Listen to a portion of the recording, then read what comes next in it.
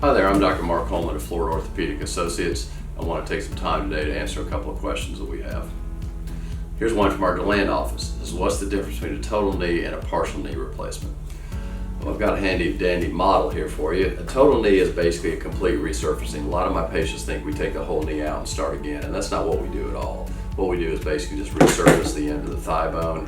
What you'll do is you'll typically make cuts on the end of the thigh bone to smooth that out.